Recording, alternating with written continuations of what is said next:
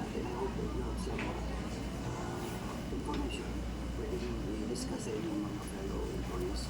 When they go back to the companies and share our job. So, natutunan namin sa amin.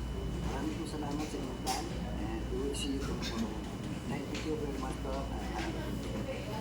Alright, once again po, thank you so much po Engineer Julia for sharing your knowledge, information, and expertise po sa inyong topics for this afternoon. Once again po, Wesley Wilfredo E. Julia, Adole, OCC Accredited, OSH, Sunan. Thank you, Engineer. Kita-kits lang ulit po ka. So, sige po mga pamansers, in the interest of time, kasi medyo early pa naman po tayo mga pamansers, and para po makapag-giveaway po sa ating magiging speaker for the Dole, kasi medyo marami po siyang errands for this week. So, gamitin na lang po natin yung spare time natin for today. So, sige, without further ado po, mga maminsers, let us proceed po. Kindly po, kung meron po kayong question or clarification sa ating speaker for the OSH legislation and OSH programming, kasi isa din po sa vital po natin ito na topic, pwede po natin i-raise mamaya. So, sige po, and now, for the last module of today's training, we will having po the OSH legislation and the OSH programming for the construction safety and health programs. Let us welcome Engineer Vladimir M. Pandillo, the Senior Labor and Employment Officer of the Dole Region 6. Engineer, magandang hapon po, Engineer. Good afternoon din sa iyo, Sir Jafar. Participants, good afternoon. Okay, share lang muna ako. Share screen.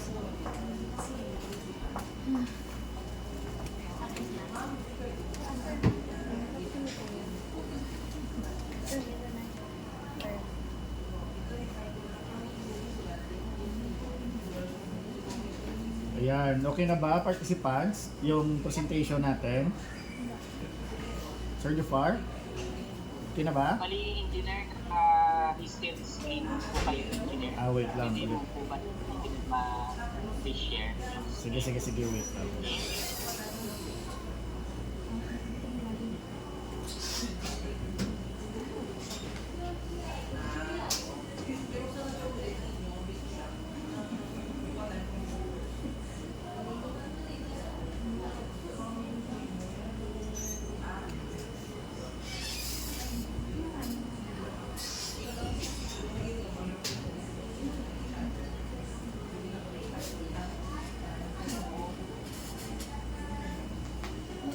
Ayan, okay na ba? Ayan. Okay na po. Okay na? Thank you, Sige. Engineer. The virtual finishers na po. Sige. So, anyway, good afternoon participants. So, supposed to be this discussion, no, the OSH legislation and the OSH programming. Kinakandak po natin siya. Oh no.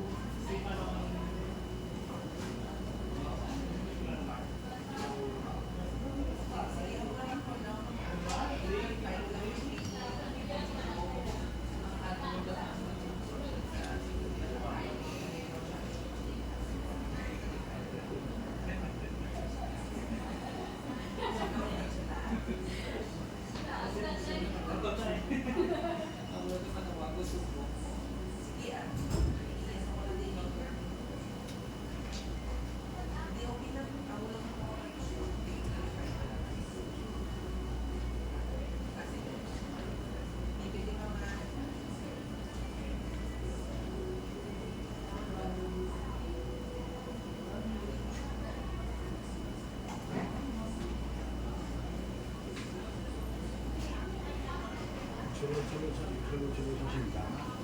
Hindi na kayo mga persikuya. Uy, Sandal niya kasi pinitasyon. uy. Mugun na yun. Mas malakabal-habal na rin kasi. Ay, di po. Sana nga ako na ano.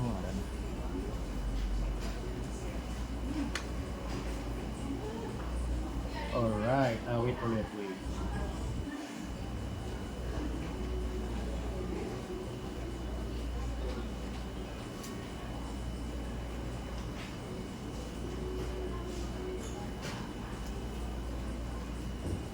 Ayan, okay na ba?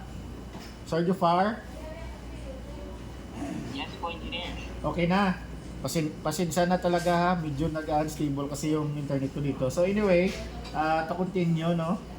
Supposed to be this will be the last topic no sa training ang cost legislation at saka yung cost programming, which is on how to apply for the approval of construction safety under program. So anyway, this last two topics supposed to be this will be the summary na lang nung mga diniscuss nung from the very first day hanggang sa fourth day nung training. However, no, yun nga may naka-schedule na tayo for last day kaya ito pinasok na ni Sir Jofar yung topic po natin for the legislation and cost programming at ngayong araw na to. So to start with, bago ako mag-start sa first topic which is the cost legislation, I don't know if may pakita lang ako muna picture. So this picture of accident no that happened sa ating isa sa mga establishment or site natin.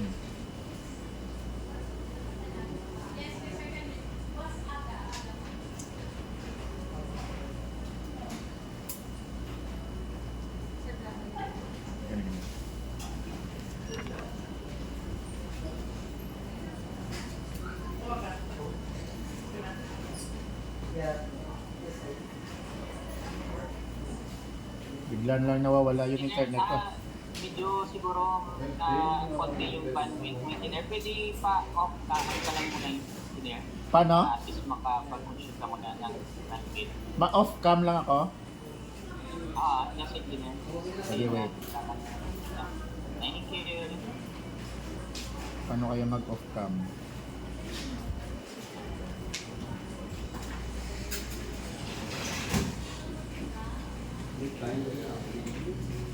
Parang hindi ko na alam mag-off cam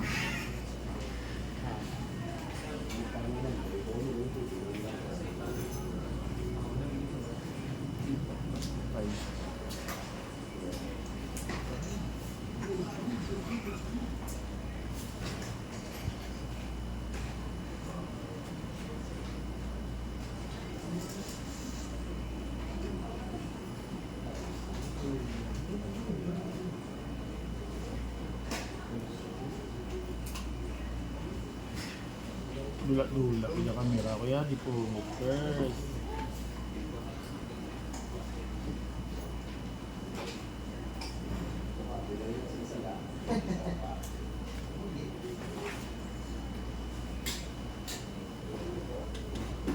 Okay, so hope nakikita nyo na ulit, balik na tayo sa medyo nawawala kasi yung yung internet. So anyway, this accident happened in the establishment is considered as the most fatality the most fatality work related accident. I don't know if na-remember nyo pa ito ito yung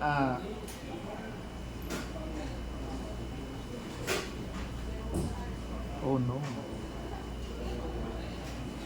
Sir Jofar, naririnig pa ba ako? Ayan. Yes, engineer. Rinig na po ikaw, engineer.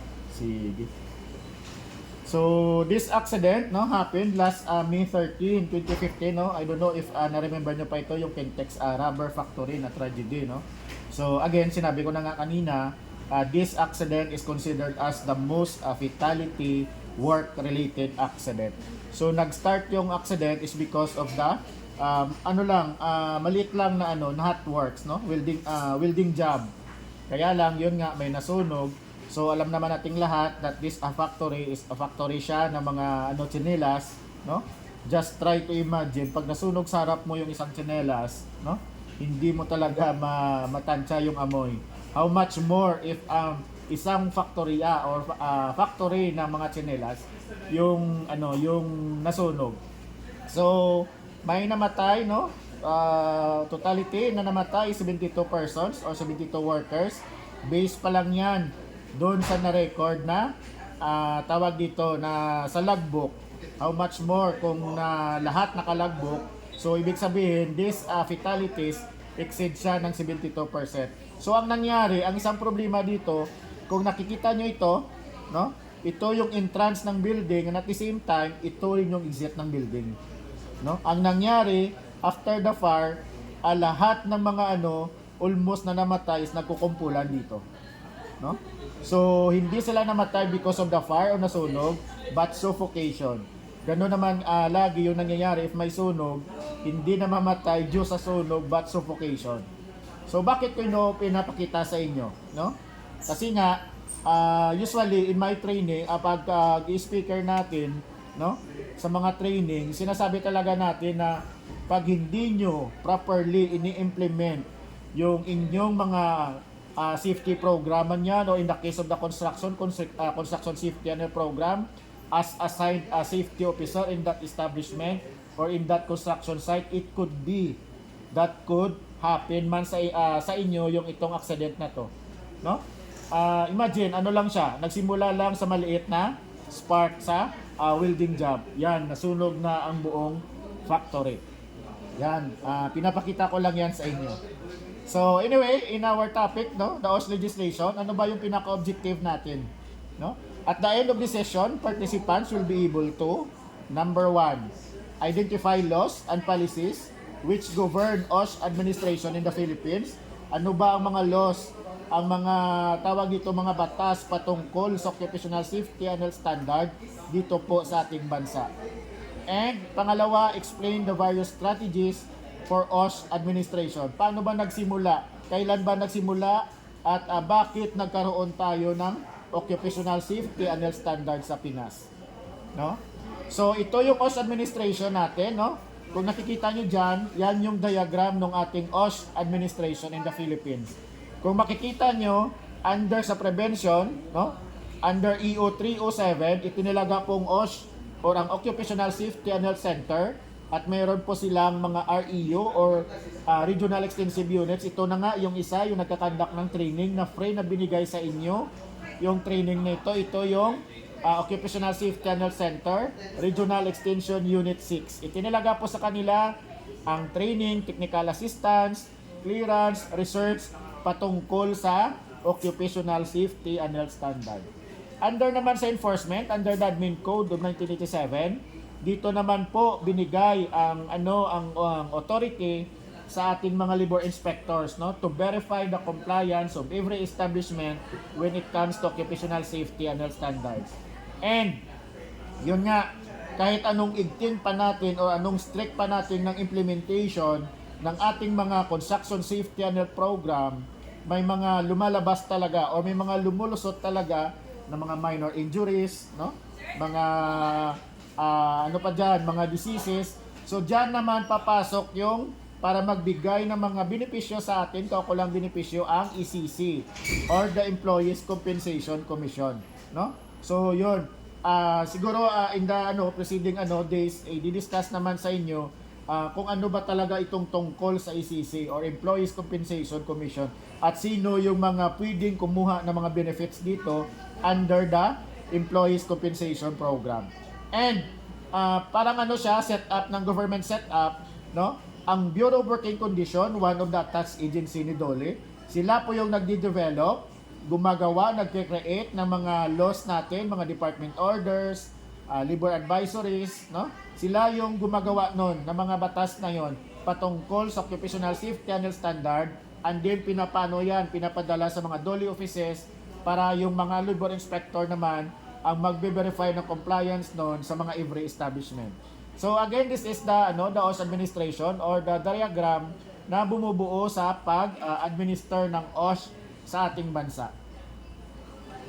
Now, siguro lahat naman tayo as worker, alam natin kung ano ito, yung Yellow Book or hindi pala Yellow Book but the Labor Code or LCP, Labor Code of the Philippines, no?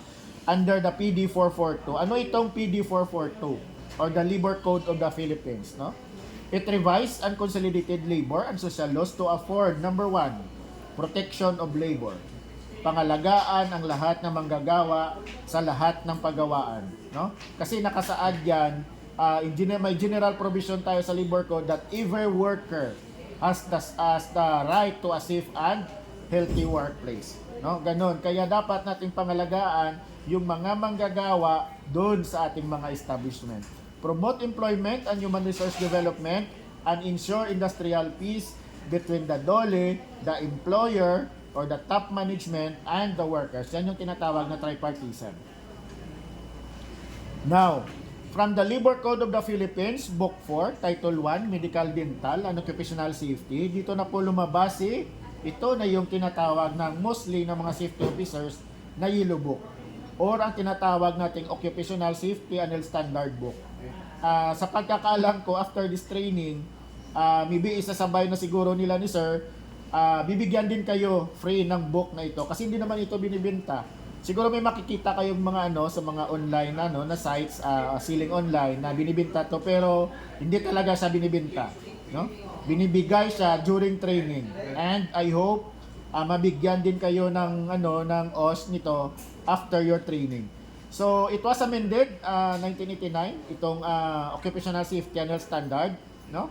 And then after almost 30 years, dito pa lang lumabas si Republic Act 11058, commonly known as OSH Law, the Occupational Safety and Health Law, and its IRR or the implementing rules and regulations, which is ang pinalabas po ng DOLE, the Department Order 198 Series of 2018. Ang effective date po is January 25, 2019.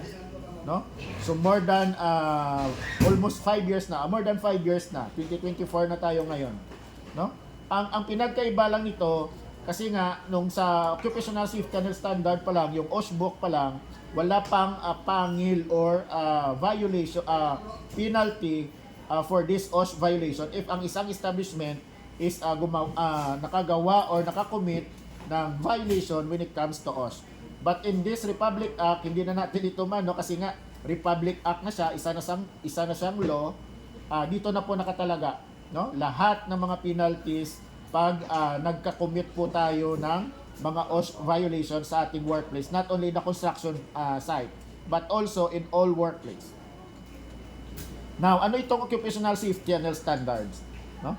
A set of mandatory rules on OSH which codify all safety orders, and it was patterned also sa mga developed countries, no, like the ILO or the International Labour Organization, sa OSHA, no, lahat ng when it comes to Occupational Safety and Health Standard. So lahat po ng mga natin, ng mga rules dito na po nakapaloob sa Occupational Safety and Health Standard. Kahit anong industry man yan, construction industry, mining, retail, maritime, sa maritime, no? Lahat ng mga industries andito na nakapaloob yung mga rules na to. Pero hindi tayo magdi-discuss sa mga rules na yan kasi ang daming rules na nakapaloob dito sa Occupational Safety and Health Standard Book na ito. So objective, again, pabalik pa rin tayo doon sa protection of workers from occupational risk hazards and prevention of work accidents. And coverage nito, dati, itong Occupational Safety and Health Standard or OSH, nung hindi pa lumabas ang DO 198, may exception itong OSH na ito, except in mining and maritime industry. But nung pumasok na ang DO 198, lahat po ng work or workplaces where work is being undertaken is under na po sa DO 198. Yan pong tandaan natin. Ang pinaka-specific po na batas natin when it comes to OSH is the DO 198. Kasi yung DO 198, yan po yung IRR ng ating Republic Act 11058.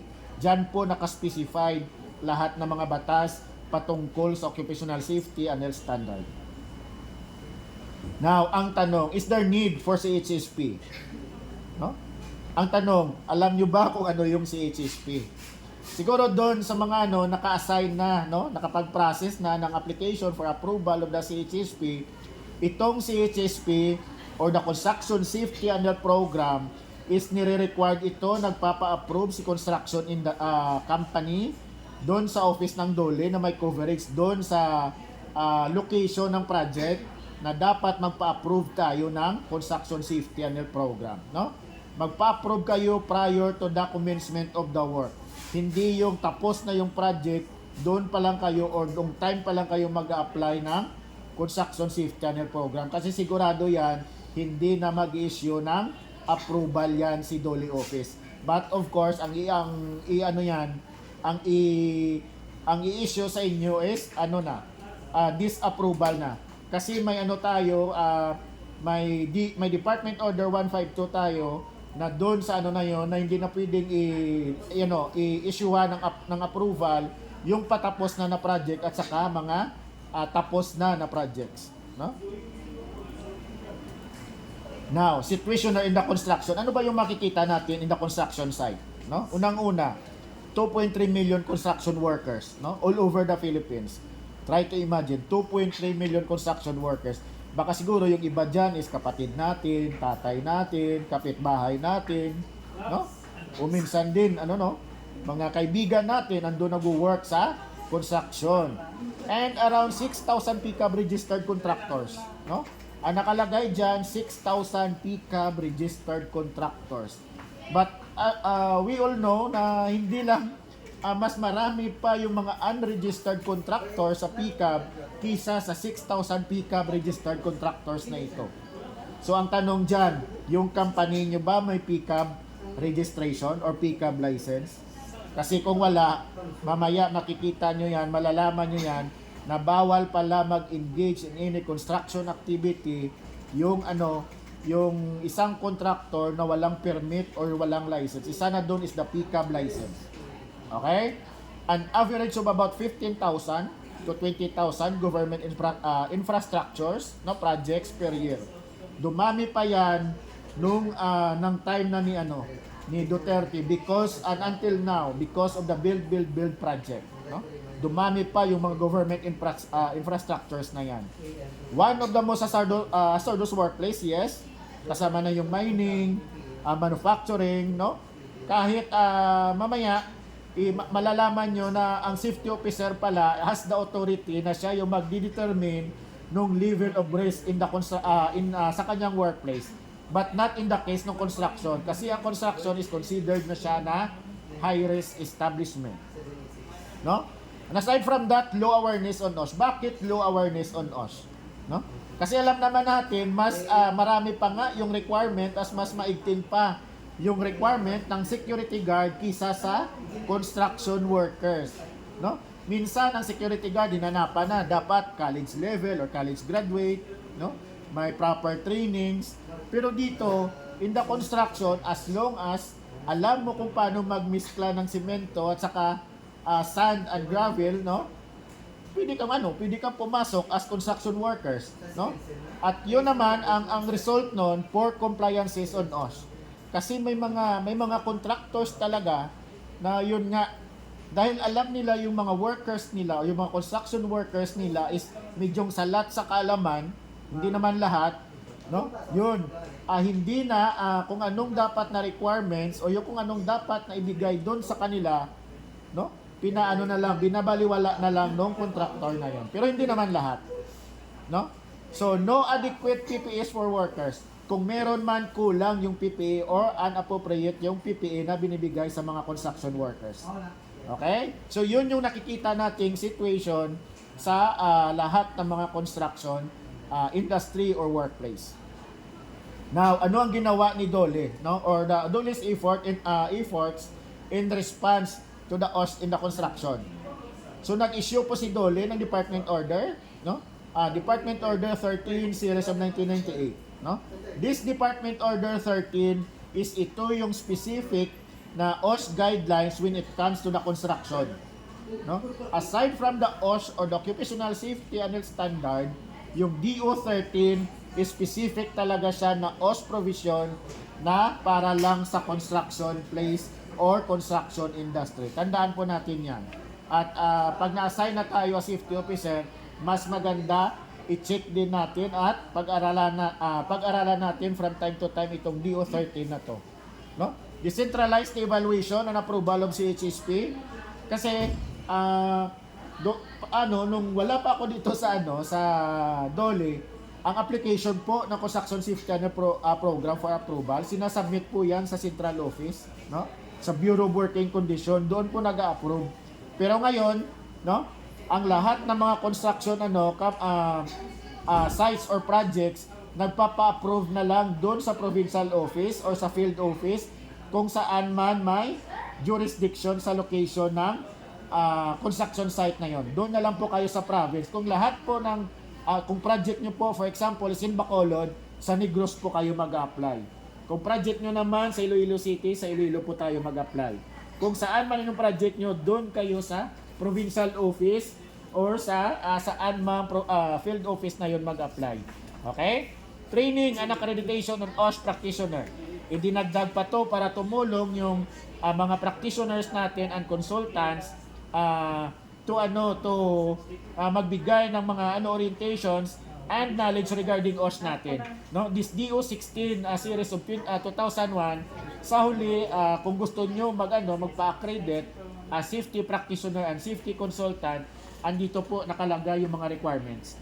No? Ang mga requirements kung paano mag-apply for accreditation ng safety and health program and at the same time ng mga safety training organizations or STOs na accredited ng DOLE. No? Prioritize inspection of construction site, yes. And until now, we are also monitoring ng mga construction site, especially those construction sites na nag-submit ng approval for our construction safety and health program. Okay? And then, si DOLE nag-initiate din ng interagency collaboration, or this is the joint MOA between the DOLE, the DTI, the DPWH, the DILG, and the BFP. Mamaya pasadahan lang natin yan. Now, the salient features of Department Order number 13. Ano ba itong Department Order number 13? No? Otherwise known as the Guidelines Governing Occupational Safety and Health in the Construction Industry. Ito na yung sinasabi ko kanina na specific OSH provision siya when it comes sa construction safety sa mga construction. Coverage, no? The guidelines shall apply to all construction activities including demolition. Yan, demolition. Dapat i-applyan niya ng construction safety and health program. Whether owned by the private government sector based on the classification code of PCAB and those construction industry as determined by the Secretary of DOLE, no? Mamaya natin yan sa application ng kung ano yung mga tawag dito, ano yung mga classification code na ina-applyan natin ng approval for the construction safety and health program. No? So yun, construction safety and health program before the start of the construction or before the commencement of the construction, dapat si project manager pasubmit na yan ng application for the approval of construction safety and health program, no?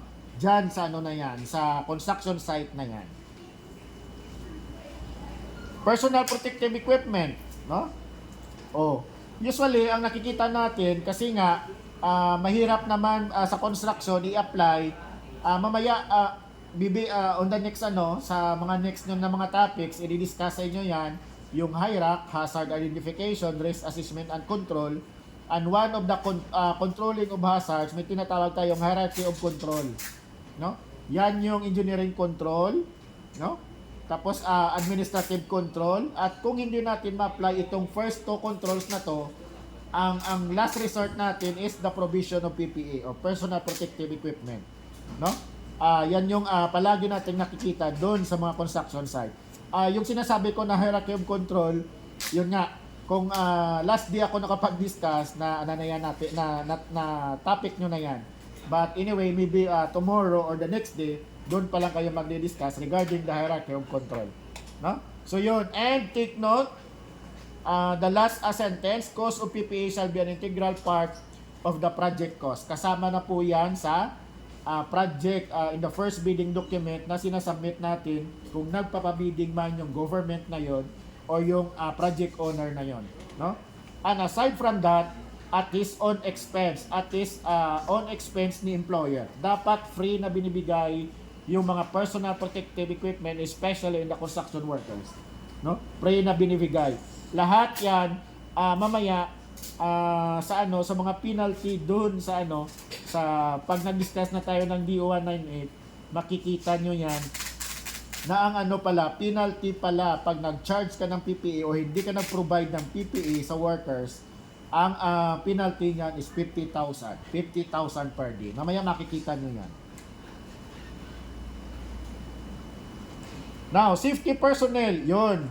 No? Means coordination to be established wherein the main or the general contractor shall have the overall management and coordination of all safety and health officers personnel working within the construction site. Kaya nga, during the application of the construction safety and health program, yung nire-require po natin mag-submit ng CHSP for approval is ang general contractor.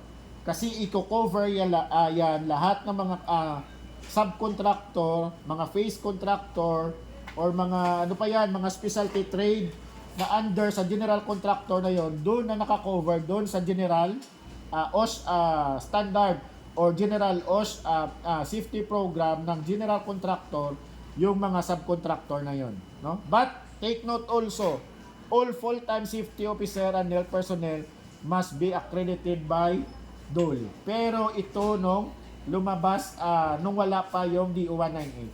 Kasi ngayon in the DO-198, hindi na po nire-require na dapat full-time o part-time. Unlike before na there are two classifications lang ng safety officer. Part-time and full-time safety officer nung wala pa yung DO-198. But nung lumabas na ang DO-198, nakakategorize na po into 4 yung safety officer po natin. Safety officer 1, 2, 3, and 4. Automatic, kayo pag-graduate nyo nitong course 40 hours training na to, magiging safety officer 2 na kayo. Certified safety officer 2. Ganon din if graduate ka ng 40 hours boss training. Automatic magiging safety officer 2 ka. But ang mga establishment na nire-require lang ng ISO1, that is at 8 hours na ISO1 training plus the 2 hours TOT training, magiging 10 hours po lahat yon para sa mga safety officer 1 na nire-required in every establishment. But kayo, as soon as you graduate this training, automatic you will become a certified safety officer 2. No?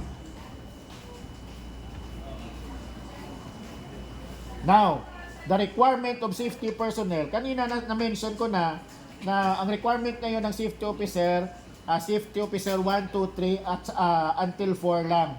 Now, in the construction site, wala tayong nire-required o hindi natin ina-allow sa construction site ang safety officer 1. Dapat safety officer 2 na graduate ng COS or Construction Occupational Safety and Health Training.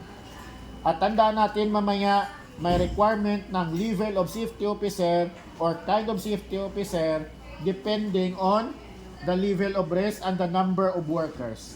Makikita nyo mamaya yan. And there will be an additional safety officer for every 10 heavy equipments. No? Sa lahat ng mga contractor, especially these big contractors na may maraming heavy equipments, no?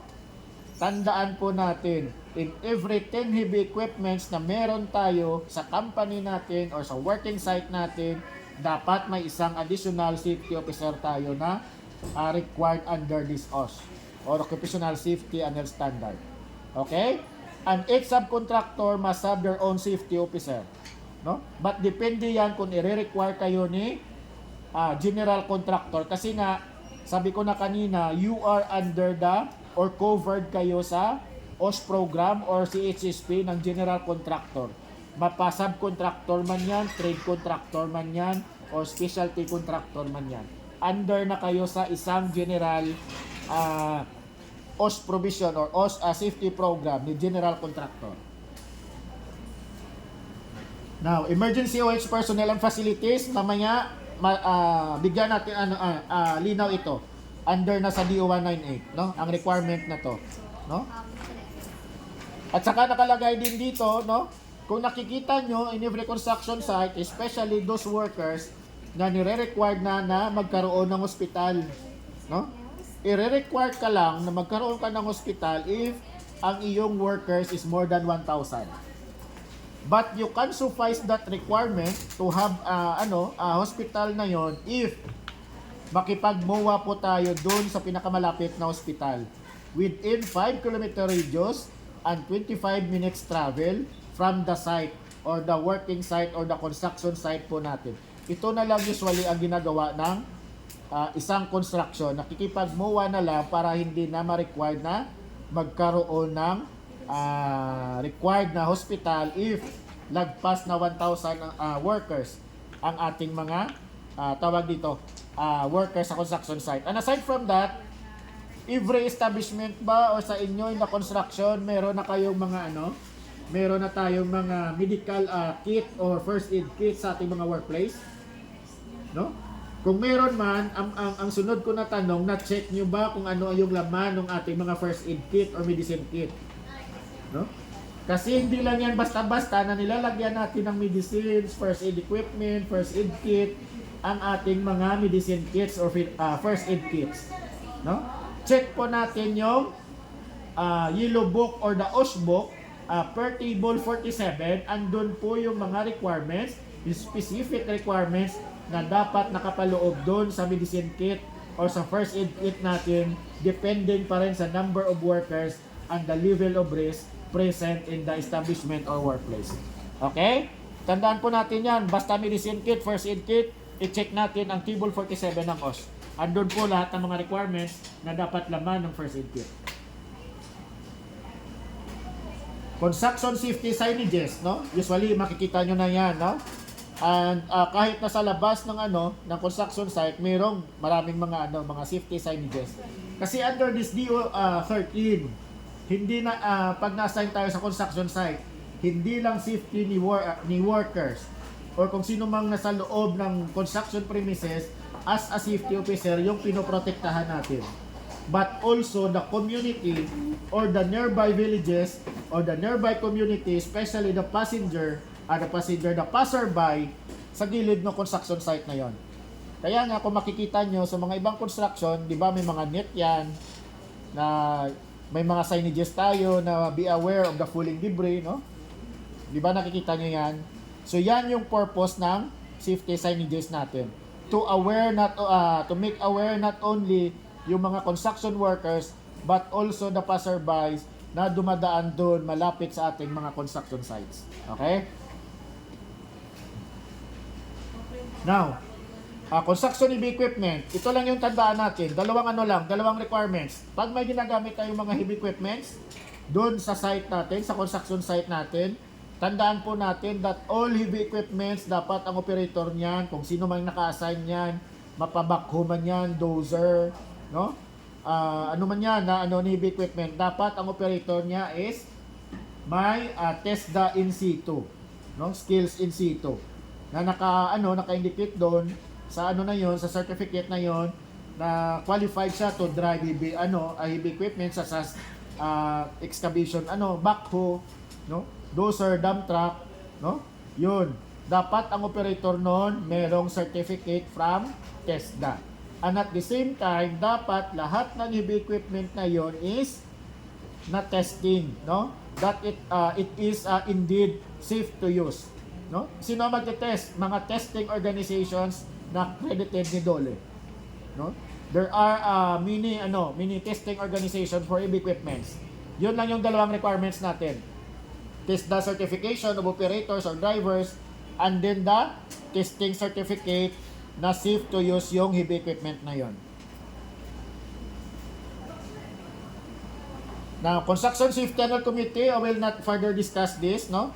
Kasi may isang topic kayo on the preceding day to discuss the Construction Safety Annual Committee at saka mga functions nung members of Construction Safety Annual Committee. But in general, you as a safety officer or assigned safety officer, you will act as the secretary of the Construction Safety Annual Committee.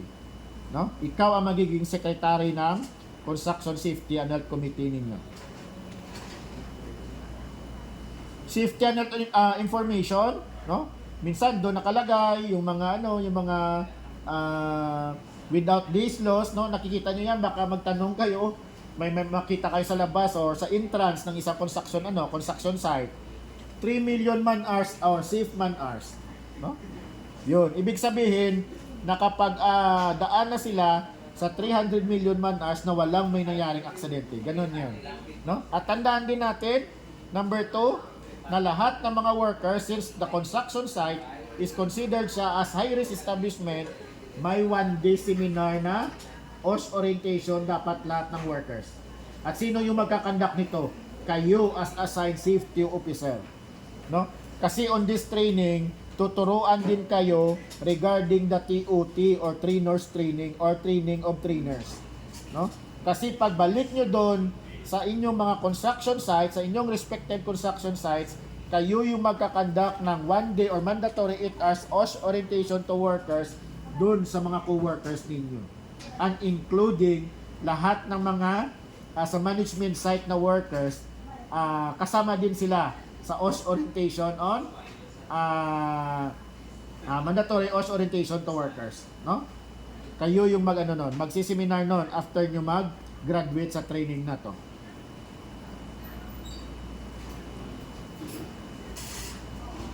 So yon, sa basic construction safety and health training, no? Again, hindi tayo nag-allowed ng safety officer na ma-assign sa isang construction if ang kanyang nag-graduate or natapos na training is BOSH or Basic Occupational Safety and Health Training. Dapat construction occupational safety health training itong training na to, no? Hindi yung BOSH or anumang training. At tandaan rin natin, basta construction, walang SO1 training sa construction, and lahat ng training for construction is 40 hours, no? Dapat construction occupational safety and health training para maging valid and qualified ka to be assigned in the construction industry. Ang kinaibahan lang ng 40-hour BOSH training is magagamit mo yung training certificate mo as assigned safety officer sa lahat ng industries except sa construction. Kasi ito yung training na to ang dapat sa construction industry. Okay? Construction safety and health reports, no? Lahat ng reports isasubmit natin sa DOLE office, no? Sino magsasubmit? Mas maganda ang magsasubmit is the safety officer. For those na na company na subcontractor ni general contractor, kung gusto nyo talagang mag-submit, pwede kayo makapag-submit ng separately doon sa DOLE office, no? Ng mga OSH reports.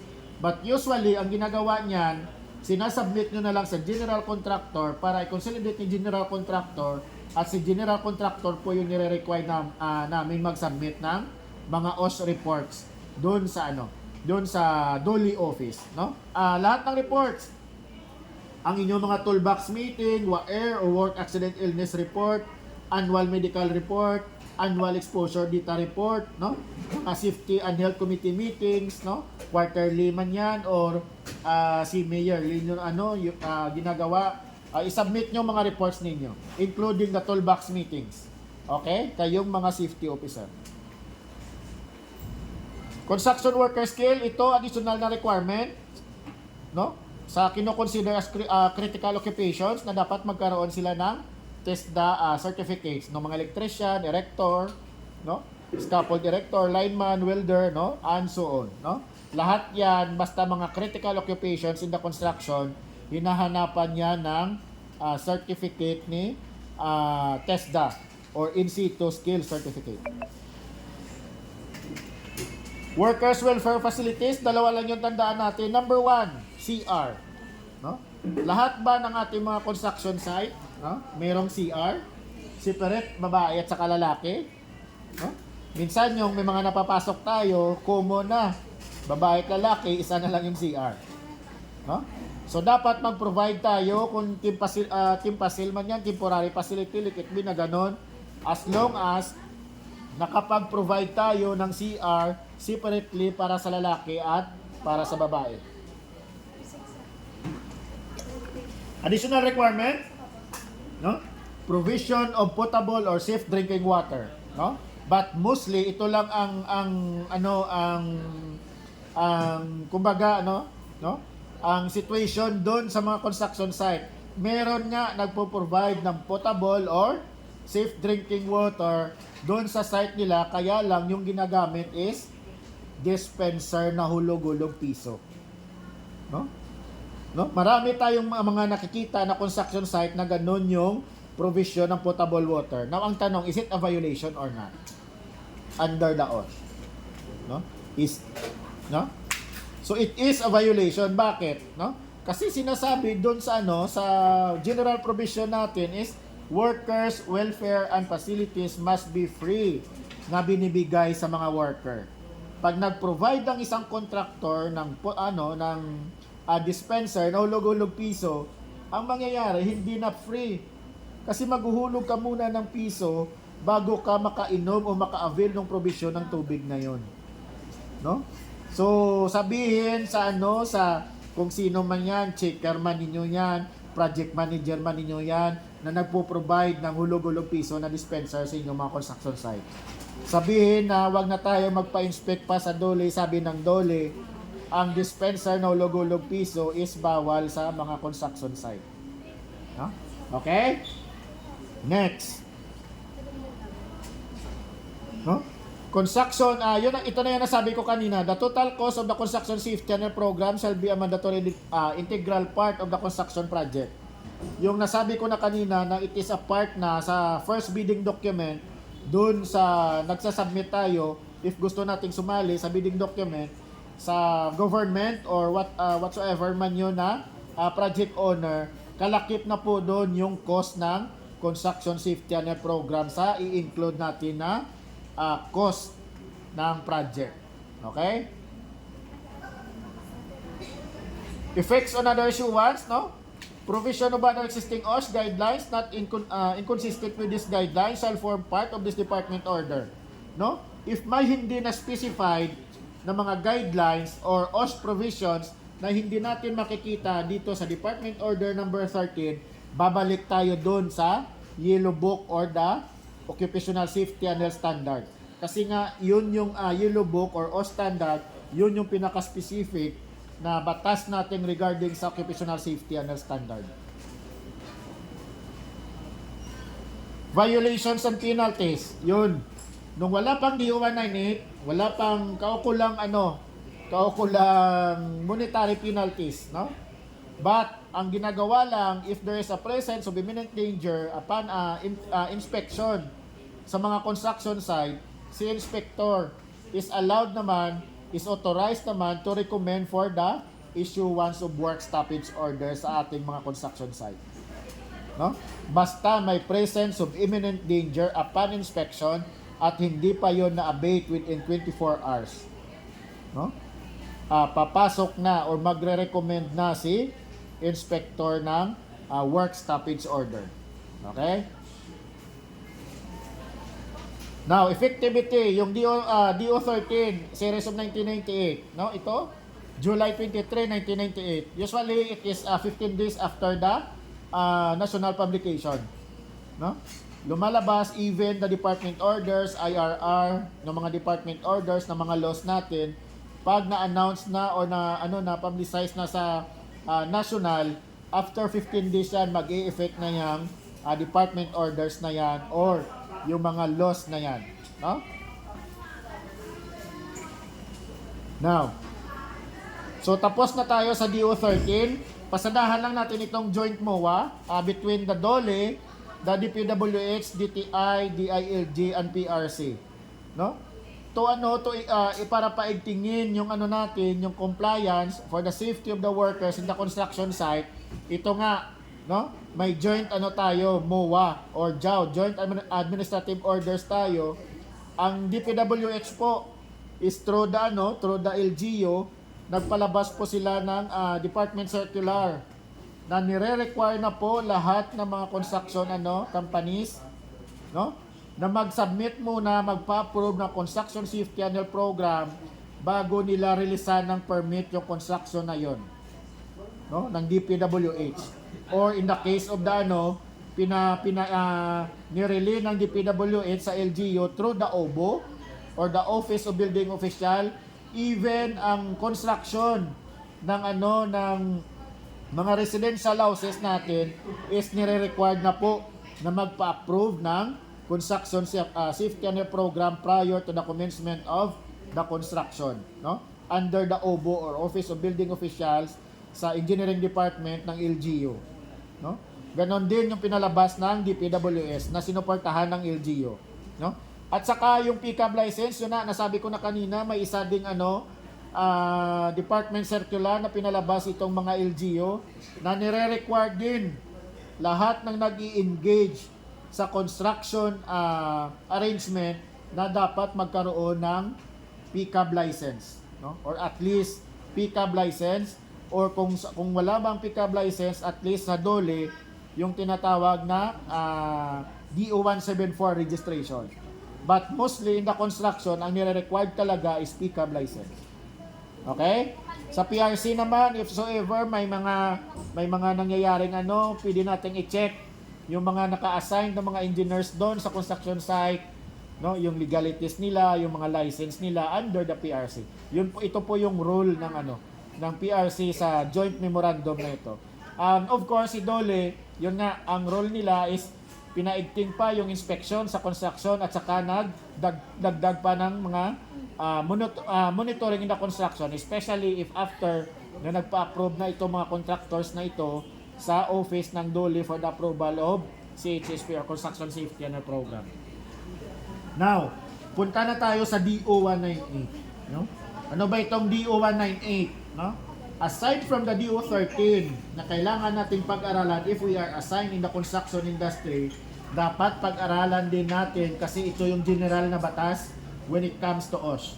Ang DO-198 Series of 2018 or the IRR of Republic Act 11058, commonly known as the OSH Law or an act strengthening compliance with occupational safety and health standards and providing penalties for violations thereof. No? So it was signed December 6, 2018. Na-publish po siya January 9, 2019.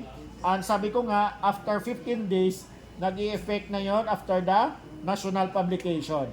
So ang effectivity nitong DO-198 is January 25, 2019. Now, classification of risk. No? Nasabi ko na kanina na ang magka-classify ng na magdidetermine ng risk present in the establishment, no, is the safety officer. Kaya lang considered na as high risk establishment ang construction. If so ever na ma-assign kayo sa ibang industry not in the construction, kayo po ang inatasan na mag-determine ng presence of risk sa inyong mga establishment or workplace. It could be low risk, moderate risk, or medium risk, or high risk. Classification of safety officers, na-mention na natin kanina, is O1, is O2, is O3, and is O4. No? Automatic, sabi ko na kanina, pag-graduate kayo ng any 40-hour basic OSH training, it could be BOSH, Basic Occupational Safety and Health Training, or Construction Occupational Safety and Health Training, you will automatically certified as Safety Officer 2. Basta 40 hours OSH training ang nag-graduate ninyo. No? Kung gusto niyo mag-elevate, no, ng pagiging safety officer, pwede kayo magiging safety officer 3, but there is a requirement. Dapat at least 2 years of experience as safety officer. And hindi ito 40 hours but 48 hours. No? Dapat naka-acquired na kayo ng at least 40 hours advanced training, no, in relation to the construction. Kasi tapos na kayo na mandatory 40 hours basic training. So, yun lang ang dalawang requirements. No? 48 hours, not 40. 48 hours ito. 48 hours advanced training in relation to construction and at least 2 years of experience in OSH. No? Ganon yung requirements after na nakagraduate na kayo nito ng Safety Officer 2 training. And mas mataas pa yung requirement ng Safety Officer 4. No? Step by step lang. Kung gusto nyo talagang mag-elevate yung pagiging safety officer natin, alam nyo na kung ano yung mga requirements. At naka-target na sa inyo kung ano na yung next na kukunin kong training. Usually, kasi general siya, ang mga STO naman or safety training organizations, nagdi-design na yan ng at least 48 hours advanced training. In general, itong LCM plus 8 hours or 40 hours LCM or at saka yung yung 8 hours na high-rack, yun yung dinidesign ng mga STO na sinasabi nila training for SO3. No? Yes, that is a training for SO3 kasi naka-design na nga siya as 48 hours advanced training. No? Kasi yung LCM at saka yung high-rack, pwede mong gamitin not only in the construction but in other industry. Kaya ko nasabi na in general na advanced training, yun yung kunin ninyo. No? LCM plus high-rack, no? Na 48 hours. Now, tingnan nyo na, screenshot. Ito yung mga requirements ng mga safety officers, no? Level of safety officers depending on the number of workers and the presence of risk in the establishment or in the workplace. Check natin. Kung makikita nyo dyan sa table na to, ay, teka muna. Kung makikita nyo dyan, kayong naka-assign sa construction, pag more than 10 or more employees na meron kayo sa construction, ang hinahanap na is O3. No? Hindi is O2.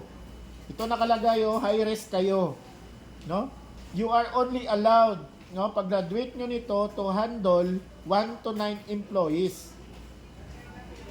Pag ang inyong establishment or ang inyong company, construction company is more than 9 workers na, dapat is O3 na ang naka-assign dun sa construction site na yon. Yan yung tatandaan natin. No? Low risk to medium risk lang ang need for is O2. Since the construction is considered as high risk establishment, ibig sabihin, pag 10 or more employees sa construction, at least isang safety officer 3 ang requirement. So, sabihin nyo na sa inyong sa mga kasama nyong safety officer 2 dyan, na more than 2 years of experience na, mag-training na ng 48 advanced training to become a certified ISO3 assigned in the construction. Okay?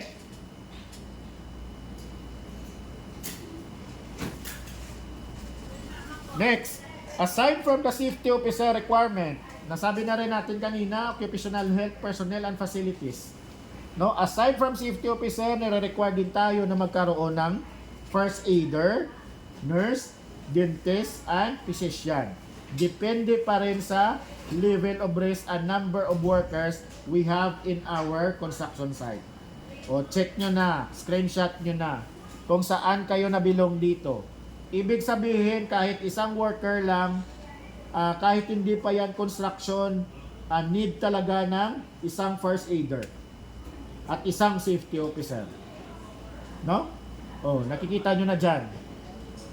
Kung meron kayong workers, 100 to 199, no? Medium to high risk, yan. Pero belong na kayo sa medium to high risk. Pag 1 to 50, isang first aider lang. But, tandaan natin, pag nag-more than 51 na, no?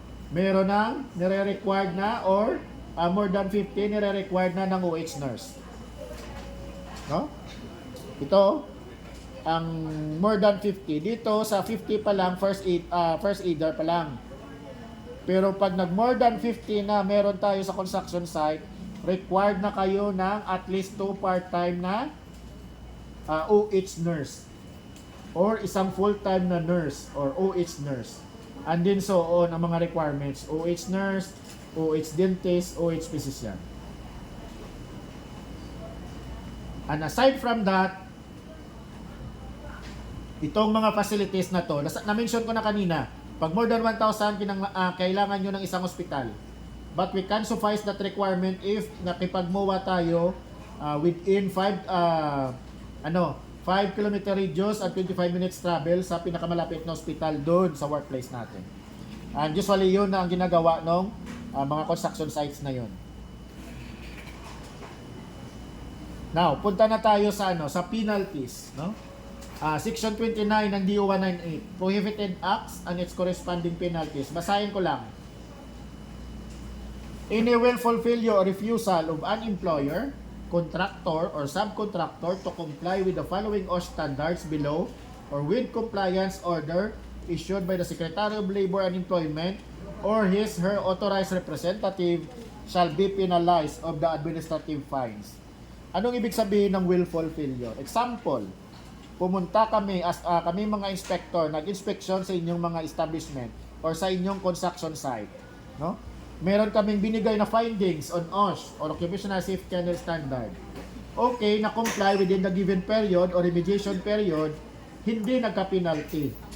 Or tawag doon, explain pa yan ni inspector na ganito yung natin, yung findings. at bibigyan pa kayo ng remediation period. No? Hindi yan automatic magbibigay ng penalty sa inspector outright pag tapos na nag-issue na ng findings. Hindi ganon. No?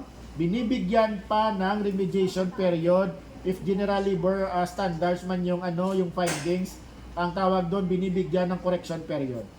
No? And after the remediation period, kasi nga pinatawag ka na, binigyan ka na ng remediation period, hindi mo pa na-comply, papatawag ka for mandatory conference.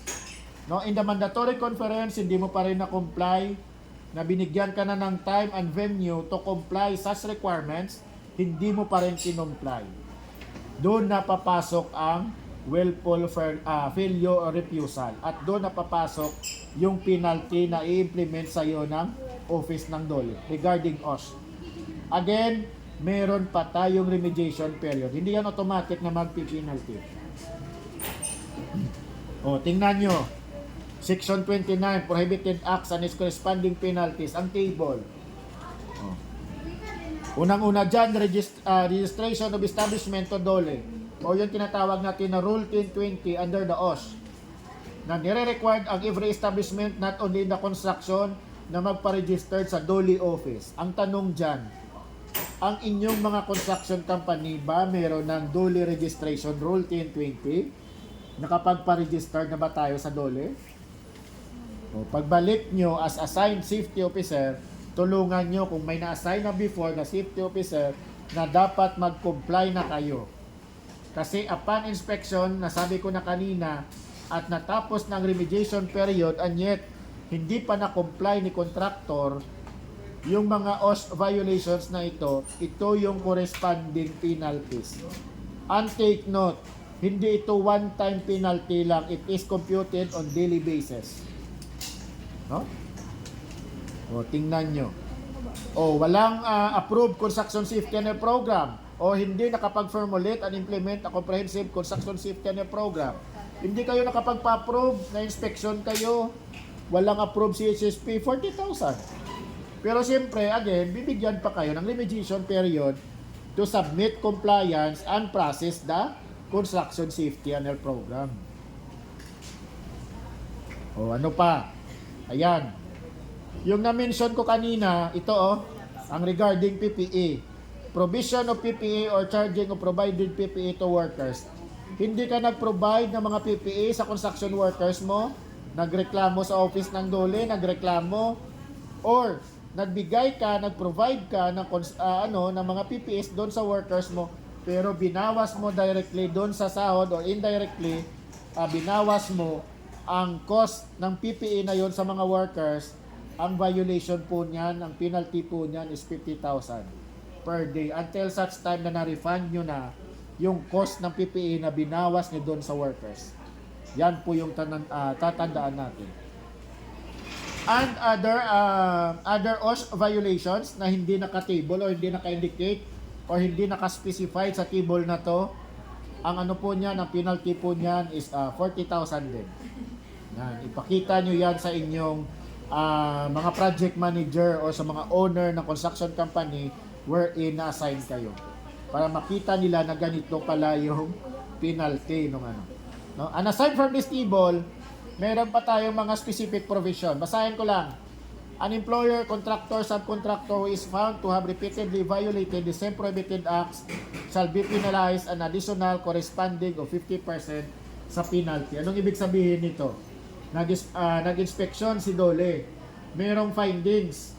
No? Okay, na-comply ng employer o ng contractor within the remediation period. But since every year din naman tayo nagkakandak ng inspection, hindi naman natin hinihingi, nag-inspection ulit si DOLE doon sa construction site. And again, nakita na mayroon pa rin mga violations just like na findings doon sa unang inspection. So doon na yung papasok yung repeated violation at ang penalty noon is magkakaroon na ng additional 50%. Okay? Oh, ito pa, no? When the violation exposes the worker to death, serious injury, or serious illness, the imposable penalty shall be 100,000. Wala nang remediation period. basta may major accident, may fatality or may namatay na work-related accident in the establishment or in the workplace, automatic ang penalty nun is 100,000 per head. No? Tandaan po natin yan. And this second paragraph, yun nga, kung marami tayong mga OSH violations committed in our workplace, hindi naman lalagpas sa 100,000 yung ipipinalty ni DOLE per day sa inyo. No? Pero masakit pa rin. 100 per day, 100,000 per day. No? And again, these penalties shall be computed on a per day basis until full compliance. Hanggang sa ma-comply nyo na ang lahat ng inyong committed OSH violations. Okay? Oh, now, yun nga ang sinasabi natin, huwag nang hintayin pa na ma-inspect ni DOLE. Kasi ando na sa inyo, no? Pagbalik nyo doon sa mga respective na ninyo, construction site, kayo na yung mag-advise, kayo na yung magpaalam doon sa mga PM ninyo o sa mga owner ng construction na dapat i-comply na natin to. Kasi para sa amin, voluntary compliance is still the best pa rin. Na hindi na nagpunta kami sa inyo, nag-inspection kasi may nagreklamo.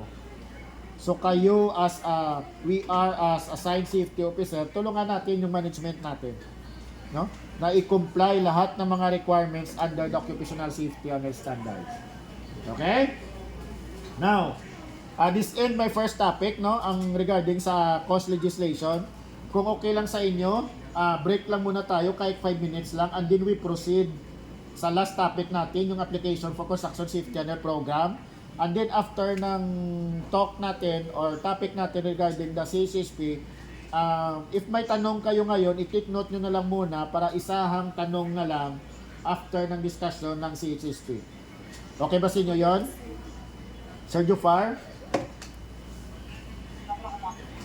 Alright. Thank you so much po, Engineer, for sharing your... May last topic pa tayo. Madali na to. Mga na lang, mga 15 minutes and 2 hours. So, sige, for sharing your knowledge po sa ating cost legislation. So, before tayo mag-proceed sa ating last topic for today, let's have po muna 5 minutes break na natin. We'll be back after 5 minutes. Thank you, Engineer. Thank you, Sir Jufar. Break ka. Ngayon ka doon napaos na ko.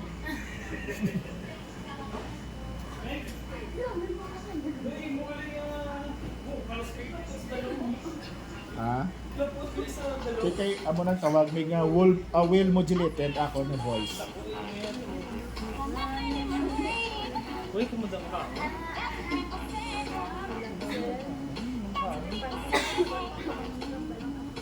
Paano magambala ka pa? Ano naman yung magiging punto?